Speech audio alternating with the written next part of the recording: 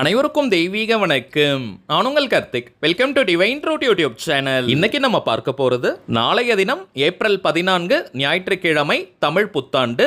இன்று இரவு இந்த எளிமையான பொருட்களை தண்ணீர் அல்லது பன்னீரில் ஊற வைத்து நாளைய தினம் வீட்டின் தலைவாசலில் தெளித்து பாருங்கள். 16 செல்வங்களும் வீடு தேடி வரும். நம்ம யூடியூப் சேனல்ல நாளைய தமிழ் புத்தாண்டை முன்னிட்டு நிறைய சிறப்பு பதிவுகளை அப்லோட் பண்ணியிருக்கோம். பணத்தை ஈர்க்கக்கூடிய தாந்திரிக முறைகள், பணவசியத்தை ஏற்படுத்தக்கூடிய பொருட்களை வாங்குதல்னு நிறைய சிம்பிளான பதிவுகளை அப்லோட் பண்ணியிருக்கோம். அந்த பதிவுகளை பார்க்காதவங்களுக்காக இந்த வீடியோவோட என் கார்டுல மற்றும் ஐ பட்டன்ல நான் லிங்க் கொடுக்கிறேன். மேலும் நம்ம டிவைன் ட்ரூத் சேனல்ல லேட்டஸ்ட் வீடியோஸை நீங்க செக் பண்ணி பார்த்தீங்கனாலே அந்த பதிவு அவைலபிளாக இருக்கும். இப்போ நம்ம பார்க்க போகும் இந்த மெத்தட் மிக மிக எளிமையான ஒரு தாந்திரிக முறை.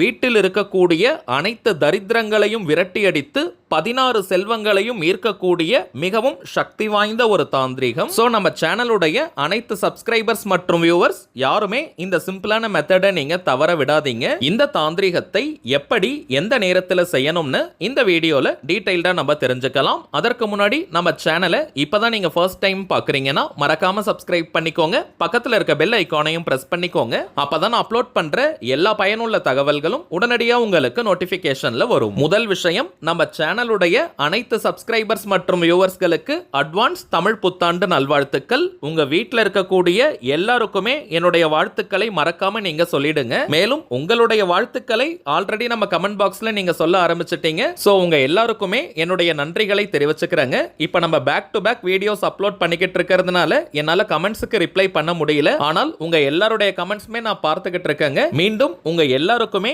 என்னுடைய நன்றிகளை நான் தெரிவிச்சுக்கிறேங்க. சரி, வாங்க இன்னைக்கு பதிவுக்குள்ள போகலாம். இப்ப நம்ம பார்க்க போகும் இந்த தாந்திரிகத்தை செய்ய போறவங்க, அதாவது இன்றைய தினம் இந்த பொருட்களை நீங்க தண்ணீர் அல்லது பன்னீர்ல ஊற வைக்க போறீங்கன்னா அதற்கு எந்த விதமான கட்டுப்பாடுகளோ தடைகளோ கிடையாதுங்க. அதாவது நீங்க குளிச்சுட்டு தான் இதை செய்யணும்னு கிடையாது. பெண்கள் தீட்டு நேரமாக இருந்தாலும் நீங்க செய்யலாம். பெண்கள் தீட்டுன்னு மட்டும் கிடையாதுங்க, வேறு எந்த வகையான தீட்டாக இருந்தாலும் இந்த மெத்தடை நீங்க ஃபாலோ பண்ணலாம். அசைவம் நீங்க சாப்பிட்டிருந்தாலும் இந்த பொருட்களை நீங்க தண்ணீர்ல ஊற வைக்கலாம். இன்றைய தினம் ஏப்ரல் மாதம் 13ஆம் தேதி சனிக்கிழமை சாயங்காலம் 6 மணிக்கு பிறகு நள்ளிரவு 12 மணி வரை எப்ப வேணாலும் இந்த பொருட்களை நீங்க பன்னீர் அல்லது தண்ணீர்ல ஊற வச்சிடுங்க. நீண்ட நேரம் இந்த பொருட்கள் ஊறினால்தான் நல்ல ஒரு சாரம் நமக்கு கிடைக்கும். தவிர்க்க முடியாத காரணத்தினால இந்த பதிவை நீங்க கொஞ்சம் லேட்டா பாக்குறீங்கன்னா குறைந்தபட்சம் 1 மணி நேரமாவது இந்த பொருட்கள் ஊற வைப்பதை போல நீங்க பார்த்துக்கோங்க. அதாவது நாளைய தினம் அதிகாலை நேரத்தில் கூட இந்த பொருட்களை ஊற வைத்து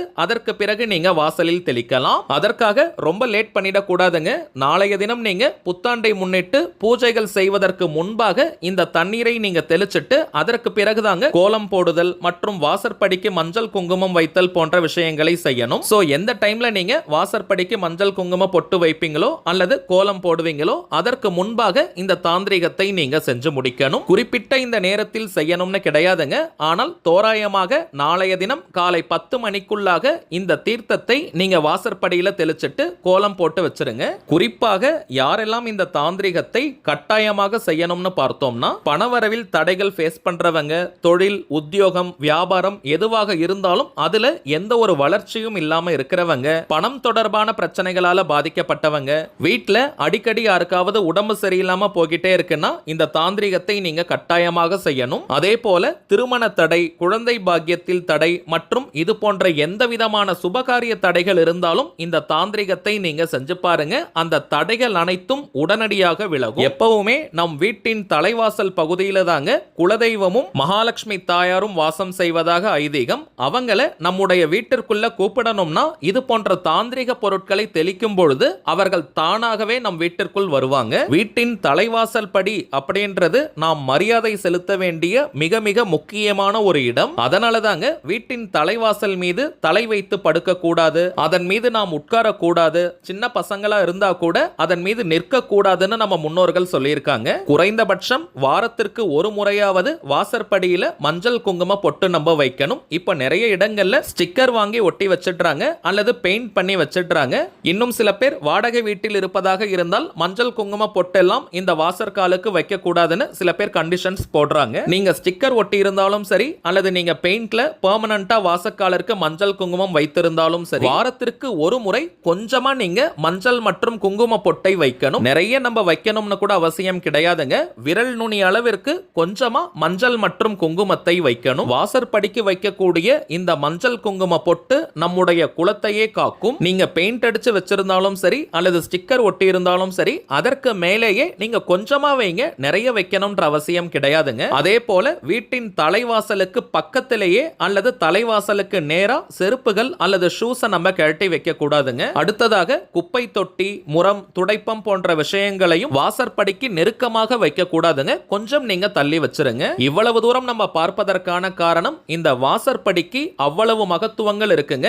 இந்த இடத்தில் நாம் தெளிக்கக்கூடிய இந்த தாந்திரிக தீர்த்தத்திற்கு கோடி மடங்கு பலன்கள் நமக்கு கிடைக்கும். சோ நாளைய தமிழ் புத்தாண்டு திருநாளை யாருமே நீங்க தவற விடாதீங்க. சரிங்க, இப்ப நம்ம பார்க்க போகும் இந்த தாந்திரிக முறைக்கு தேவைப்படும் பொருட்கள் என்னன்னு பார்க்கலாம். ஒரு சின்ன டம்ளர்ல தண்ணீர் அல்லது பன்னீரை நீங்க எடுத்துக்கோங்க. வீட்டுக்குள்ளெல்லாம் இந்த தீர்த்தத்தை நம்ம தெளிக்க வேண்டாம். வெறும் வீட்டின் வாசற்படிக்கு மேல வாசற்காலுக்கு கொஞ்சம் வெளியே தெளித்தாலே போதும். அதனால நிறைய பன்னீர் நீங்க எடுக்க வேண்டாம், கொஞ்சமா நீங்க எடுத்துக்கோங்க. பன்னீர் கிடைக்காத பட்சத்துல தண்ணீரை நீங்க பயன்படுத்திக்கலாம். சுத்தமான தண்ணீரை நீங்க எடுத்துக்கோங்க. இரண்டாவதாக அரை ஸ்பூன் அளவிற்கு சோம்பு, 2 துண்டு பட்டை, 1 துண்டு விரலி மஞ்சள். விரலி மஞ்சள் கிடைக்காதவங்க கஸ்தூரி மஞ்சள் அல்லது குண்டு மஞ்சளை நீங்க யூஸ் பண்ணிக்கலாம். அதுவும் கிடைக்காதவங்க நீங்க நார்மல் மஞ்சள் தூளை யூஸ் பண்ணிக்கலாம். அரை ஸ்பூன் அளவிற்கு மஞ்சள் தூளை நீங்க எடுத்துக்கோங்க.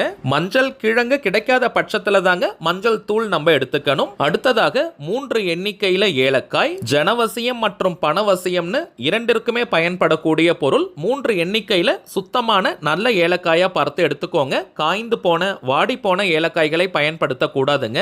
கடைசியாக ஒரு சின்ன துண்டு வசம்பு நீங்க எடுத்துக்கோங்க.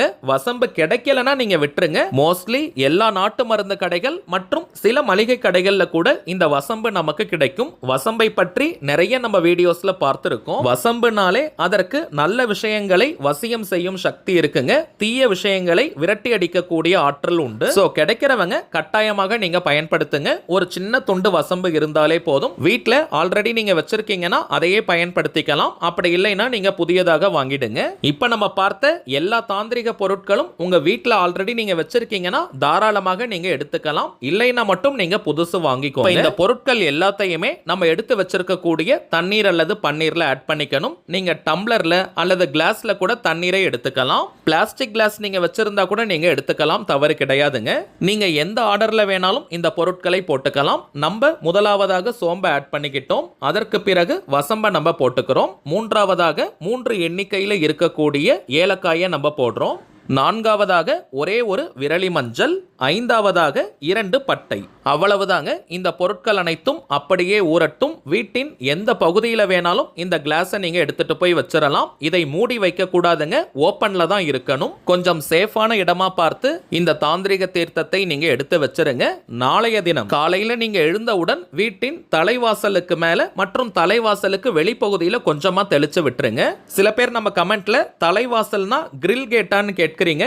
இரும்பு கேட் இருக்கக்கூடிய அந்த பகுதி கிடையாதுங்க. வீட்டின் தலைவாசல் அப்படின்றது மெயின் டோர், மரக்கதவு இருக்கும் பாருங்க, அந்த இடம். அந்த வாசற்படியில தாங்க இதை நம்ம தெளிக்கணும். நாளைய தினம் காலையில் நீங்க எழுந்தவுடன் அந்த தாந்திரிக பொருட்கள் எல்லாத்தையுமே நீங்க ஃபில்டர் பண்ணி குப்பையில தூக்கி போட்டுருங்க. அந்த தண்ணீரை மட்டும் எடுத்துக்கோங்க. அதை மட்டும் நீங்க தெளித்தால் போதும். நீங்க குளிச்சுட்டு தான் இதை செய்யணும்னு கிடையாதுங்க. காலையில் எழுந்த உடனேயே இதை நீங்க செய்யலாம். ஆண்கள் பெண்கள் யார் வேணாலும் இந்த தாந்திரிகத்தை நீங்க செய்யலாம். இதற்கு எந்த விதமான கட்டுப்பாடுகளும் கிடையாதுங்க. இந்த தீர்த்தத்தை நீங்க தெளிக்கும் போது வரலட்சுமி தாயே வருக வருக, வரலட்சுமி தாயே வருக வருக, வரலட்சுமி தாயே வருக வருகன்னு நீங்க சொல்லிக்கிட்டே தெளிங்க. அவ்வளவுதாங்க இந்த மெத்தட். நாளைய தினம் மறக்காமல் இதை நீங்க செஞ்சு பாருங்க. உங்கள் வாழ்க்கையில் அதிரடியான முன்னேற்றங்கள் ஏற்படும். சரிங்க, அவ்வளவுதான் இந்த பதிவு. நிச்சயமா உங்களுக்கு பயனுள்ளதா இருந்திருக்கும்னு நினைக்கிறேன். மேலும் இந்த வீடியோ உங்களுக்கு பிடிச்சிருந்தா மறக்காம லைக் பண்ணுங்க. நம்ம சேனலையும் சப்ஸ்கிரைப் பண்ணிக்கோங்க. தேவைப்பட்டுச்சுன்னா உங்க ஃப்ரெண்ட்ஸ் அண்ட் ஃபேமிலிக்கும் இந்த வீடியோவை ஷேர் பண்ணுங்க.